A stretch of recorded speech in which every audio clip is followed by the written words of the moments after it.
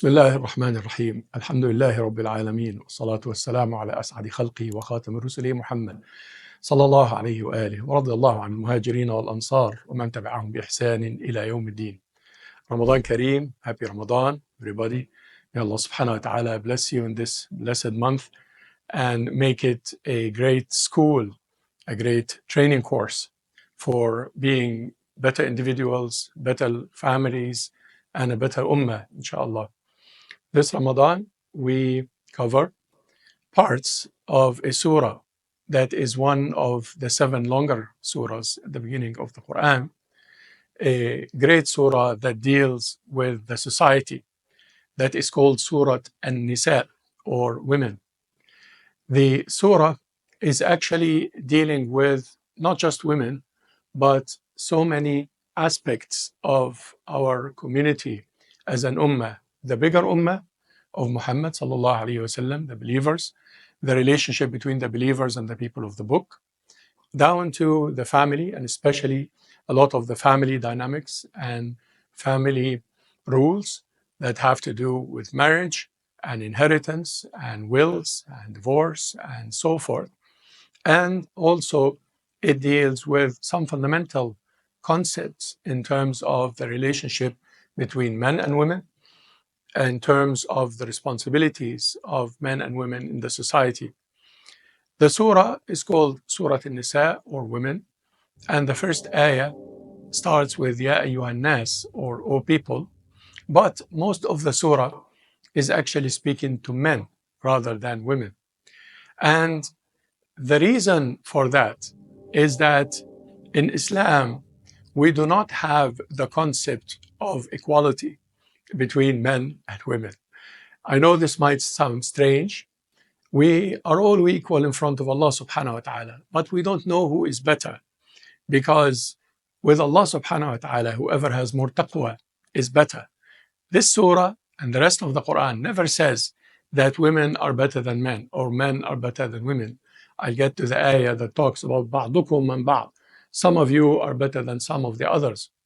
It is actually not talking about equality as a principle and not building on equality as a foundation. It is building on the foundation of a common origin of humanity. يا أيها الناس اتقوا ربكم الذي خلقكم من نفس واحدة وخلق منها زوجها وبث منهما رجالا كثيرا ونساء واتقوا الله الذي تساءلون به والأرحام إن الله كان عليكم رقيبا. O you people, اتقوا الله, be heedful of Allah, be aware of Allah. الذي خلقكم, who created you, من نفس واحدة, from one soul, وخلق منها زوجها, and created from her mate, وبث منهما, and spread from both of them, رجالا كثيرا ونساء, many men and women. واتقوا الله الذي تساءلون به والأرحام, and be heedful of Allah, who you ask by and whom you are going to ask about, and your relatives. إن الله كان عليكم رقيبا. Allah is watchful over everything you do. So the first entry of the surah is actually talking to humanity, not just to Muslims, which proves that Islam is for everybody. Islam is not just for Muslims. And when the rest of the surah is going to talk about the family law and what is moral and what is immoral and criminal punishments, this is all for everybody, not just for Muslims. Could be for Muslims in a political system where there is a secular system that separates religion from state, but that's not the Quranic worldview.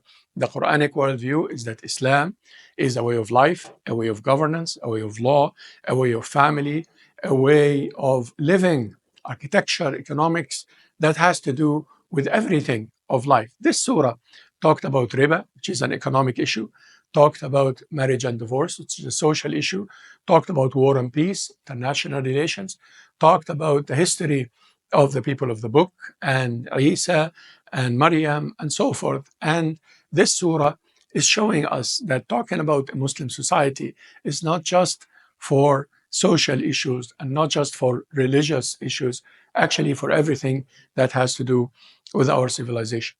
But then after this ayah, why did Allah subhanahu wa ta'ala speak to men only men? It's because men are responsible for women, whether they are their wives or their sisters or their mothers. Allah subhanahu wa ta'ala balanced rights and responsibility in the Muslim society. And this is the way some people look at equality if they wish, even though it is not a concept in the Quran. But it is the concept of balance of rights and responsibilities. And that is why what comes after that, there is no absolute equality in the default laws of inheritance or the default laws of marriage or divorce or the default laws of war and peace or any of that between men and women and between men amongst each other and women amongst each other. People are different depending on their responsibilities. And the more responsibility they have in Islam, the more authority they have and the more rights they have in order to exercise their responsibility.